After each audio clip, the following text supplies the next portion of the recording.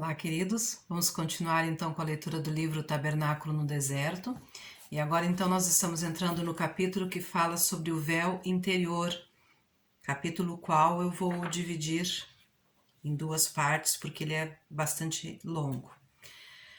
O véu interior. Esta cortina escondia os mistérios de Deus. A ninguém era permitido ver os objetos que ficavam atrás dessa cortina. Uma vez por ano, no dia da expiação, o sumo sacerdote deveria entrar no Santo dos Santos com o sangue da expiação. Nessa oportunidade, ele aspergia um pouco de sangue no propiciário para expiar os pecados da nação. Dize a Arão, teu irmão, que não entre no santuário em todo o tempo, para dentro do véu, diante do propiciário que está sobre a arca, para que não morra, porque eu apareço na nuvem sobre o propiciário. Levítico 16, 2.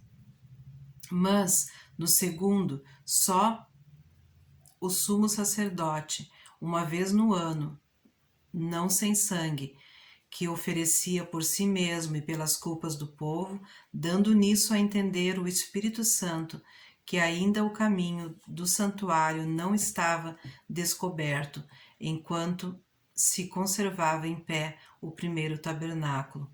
Hebreus 9. A despeito de todos os sacrifícios e purificações cerimoniais, a área que a cortina escondia era um lugar proibido. Nenhum sacrifício animal e aspersão de sangue tinha o poder de dignificar o homem para entrar na presença de Deus. Durante os milênios do homem sobre a terra, Deus o tem chamado, desejando ter com ele amizade e comunhão. Por sua vez, o homem também tem tentado reencontrar o perfeito vínculo com Deus, mas havia uma parede, uma lacuna, um véu entre ambos. Neste ponto, disse Deus, pare, espere, não se aproxime mais. Um sacrifício maior e mais perfeito era necessário. Porque é impossível que o sangue dos touros e dos bodes tire os pecados, pelo que entrando no mundo diz, sacrifício e oferta não quiseste, mas corpo me preparaste, holocaustos e oblações pelo pecado não te agradaram. Hebreus 10. Jesus foi o sacrifício perfeito. Este véu era diferente daquele da entrada exterior ou frontal.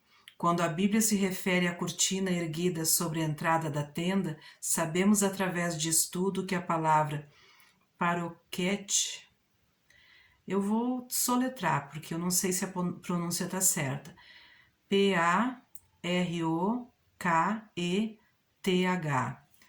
Esta palavra foi usada. Tal palavra significa separar. Quando a referência é o véu interno, a palavra masak, M-A-S-A-K, é usada e seu significado é estar sobre ou cobrir para esconder. A arca não era para ser olhada por curiosos, era o objeto mais sagrado de Israel e por ela tinha-se grande reverência. Essa cortina a qual nos referimos visava proteger a glória de Deus dos olhos dos não santificados. Quem poderia contemplar a Deus e sobreviver? Após Moisés ter estado no monte por 40 dias e noites, recebendo as tábuas de pedra com os 10 mandamentos, Arão e todo Israel tiveram receio de aproximar-se dele, porque sua face estava resplandecente. Isso está lá em Êxodo 34. Após isto, Moisés punha um véu sobre o rosto cada vez que falava a Israel. E até hoje, quando é lido Moisés, o véu está posto sobre o coração deles, mas quando se converterem ao Senhor, então o véu se retirará. 2 Coríntios 3, 15 e 16. O véu prendia-se em 4 colunas cobertas de ouro, sendo os ganchos também de ouro. O tecido era basicamente o mesmo do qual se fizera a cortina da entrada, exceto pelos querubins bordados. Êxodo 26, 31 diz: Depois farás um véu de pano azul e púrpura e carmesim e linho fino torcido com querubins de obra-prima se fará. Foi no jardim do Éden, após a queda do homem, onde Deus pôs os querubins para guardarem o caminho para a árvore da vida. Esta cortina com os querubins bordados parece dizer: não te aproximes mais. Seria isto uma contradição ao que o Senhor dissera anteriormente? Quero encontrar-me contigo? Seria o Altíssimo e o Nobilíssimo proibidos ao homem?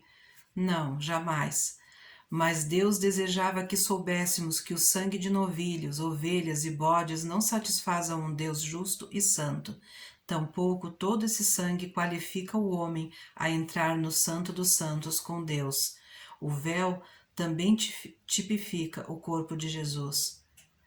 Diz lá em Hebreus 10: Tendo, pois, irmãos, ousadia para entrar no santuário pelo sangue de Jesus, pelo novo e vivo caminho que ele nos consagrou, pelo véu, isto é, pela sua carne, e tendo um grande sacerdote sobre a casa de Deus, cheguemo-nos com verdadeiro coração e